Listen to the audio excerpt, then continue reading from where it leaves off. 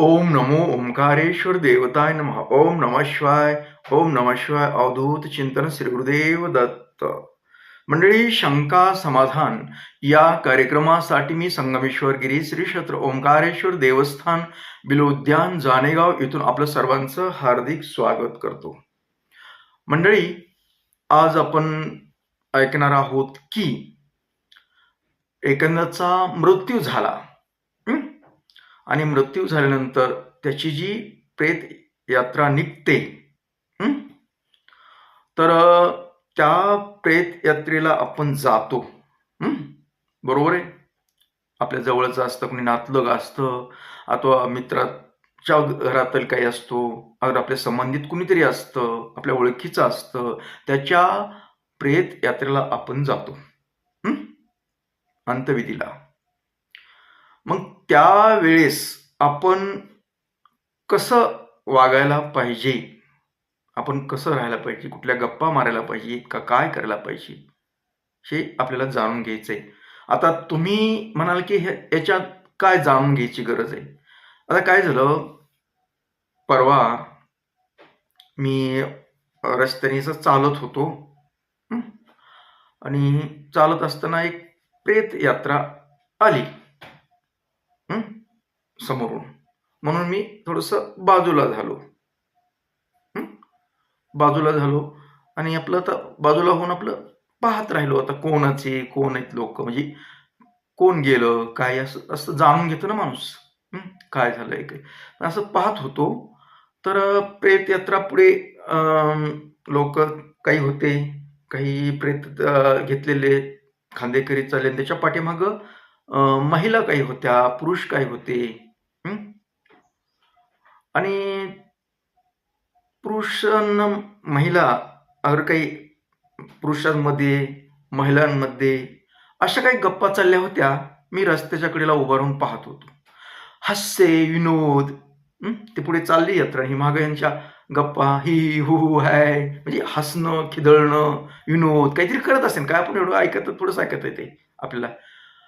फक्त रडणं कमी आणि हसणे वगैरे, मस्ती, काहीतरी असा खांद्यावर हात मारणे, काहीतरी चाललं होतं. पुरुषांमध्ये बी आणि महिलांमध्ये बी गप्पा चालल्या होत्या आणि पुढे प्रेतयात्रा चालली. आता हे लक्षात घ्यायचं, तुम्हाला सुद्धा असा अनुभव आला असेल कदाचित.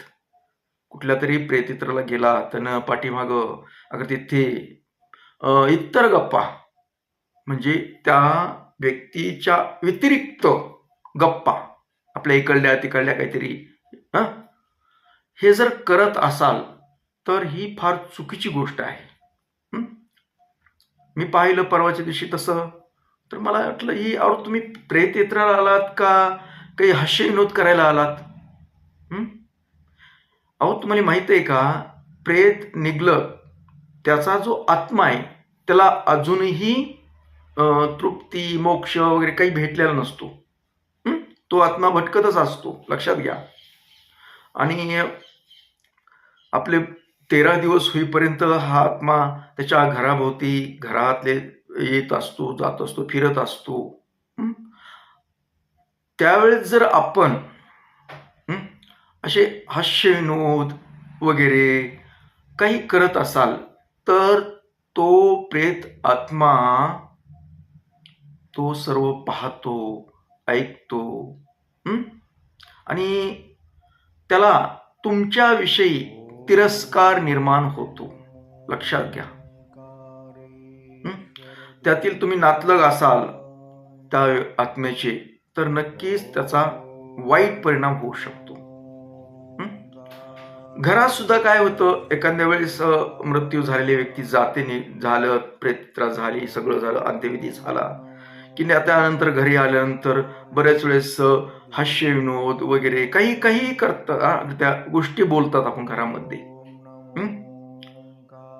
तर हे बोलणं सुद्धा चुकीचं आहे. आपण त्याचा हे पाळतो ना, विटाळ पाळतो, काय दुःख पाळतो. हे दुःखामध्ये अशा गोष्टी बोलल्या जात नाहीत.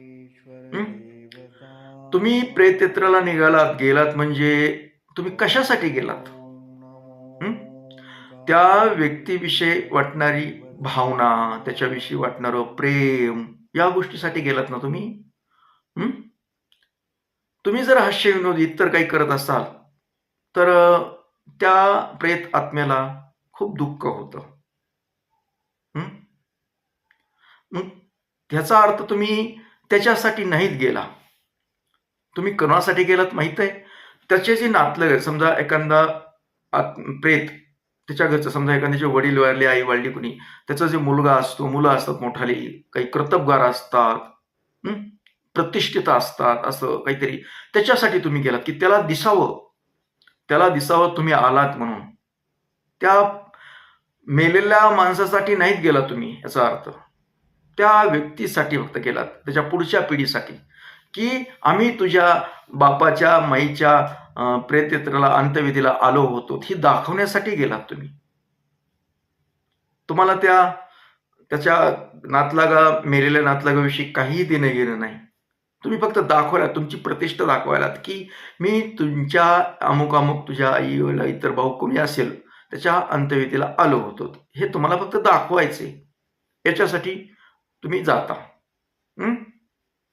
मग त्या मेलेल्याचं मला त्याचं काही देणं, दुःख वगैरे काही नाही. हा प्रकार दुःखवाटा कुठला आला तुमचा?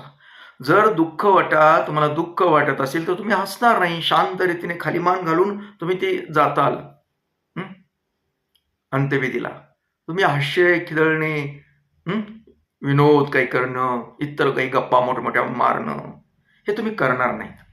म्हणजे ज्या अर्थी तुम्ही विनोद करतात, गप्पा मारतात, त्या अर्थी तुम्हाला फक्त प्रदर्शन दाखवायचे, आम्ही त्यांच्या अंत्यविधीला आलो होतो, गेलो होतो, अशा गोष्टी करायच्या तुम्हाला.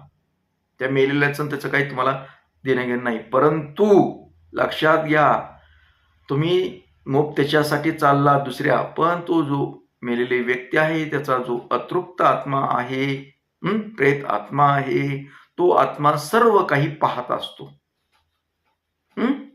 आणि तुम्ही कशा पद्धतीनं चालताय, कशा पद्धतीनं जाताय, हे त्याला सगळं समजतं. आणि मग तुम्हाला भविष्यात काही अडचणी सुद्धा निर्माण होतात. जास्त करून तर काय, बाहेरच्या लोकांपेक्षा घरातील जर व्यक्ती, नातलग जर अशा पद्धतीनं करत असतील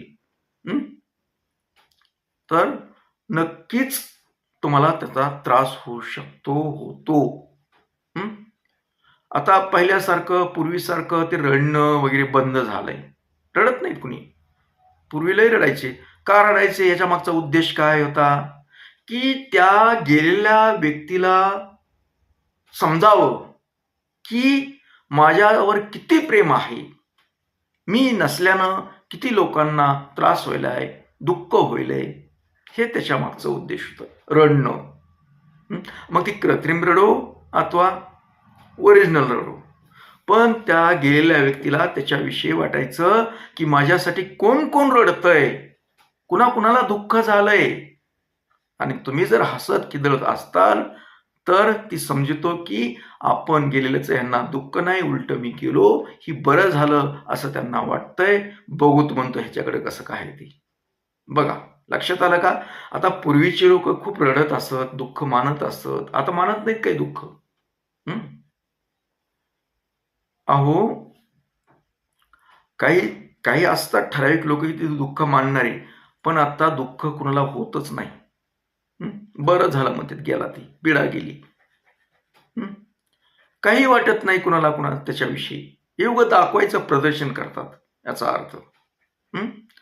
फक्त या व्हिडिओमधून एवढंच सांगायचं की तुम्ही जर प्रेत यात्रेला जात असाल, गेला असता अंत्यविधीला जात, तर हास्य विनोद वगैरे अशा गोष्टी करू नका. अजिबात करू नका. मग तुमच्या नातलागातील असो, कुणी जवळच असो, मित्रातले असो, कुणी कुठलेही संबंधित असो, त्याच्या प्रेत यात्रेला गेल्यानंतर, अंत्यविधीला गेल्यानंतर असे हास्य विनोद गप्पा वगैरे मारू नका.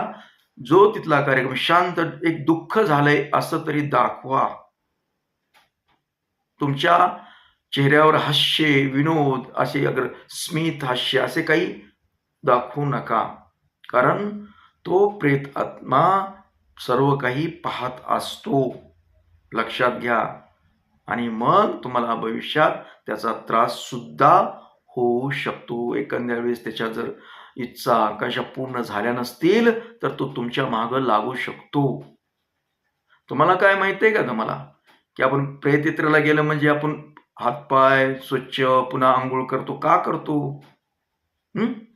सगळं तसं विसरून जावं, सगळ्या गोष्टी तिथंच याच्यासाठी करतो का नाही?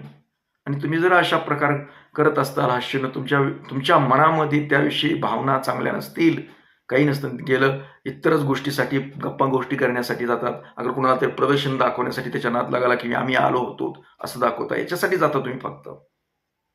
बाकी तुम्हाला त्या गेलेल्याचं काही दुःख नाही याचा अर्थ. पण तुम्हाला जायचंय तर नीट जा आणि जरा थोडंसं वेगळ्या पद्धतीने जा. हास्य विनोद वगैरे करू नका, गप्पा मारू नका, इतर शांततेने गप्प बसा. काय तुम्हाला तिथं करायचंय तिथं सगळं ते शांततेनं करावं, गप्पा मारू नये, एवढंच सांगायचंय. तर असो, याबरोबरच आजचा हा शंका समाधान कार्यक्रम इथेच थांबूया आणि परत भेटूया उद्या सकाळी याच वेळी आणि याच ठिकाणी. तोपर्यंत मंडळी, ओम नमः शिवाय. जय हिंद, जय भारत. सुखी राहा आणि समाधानी राहा.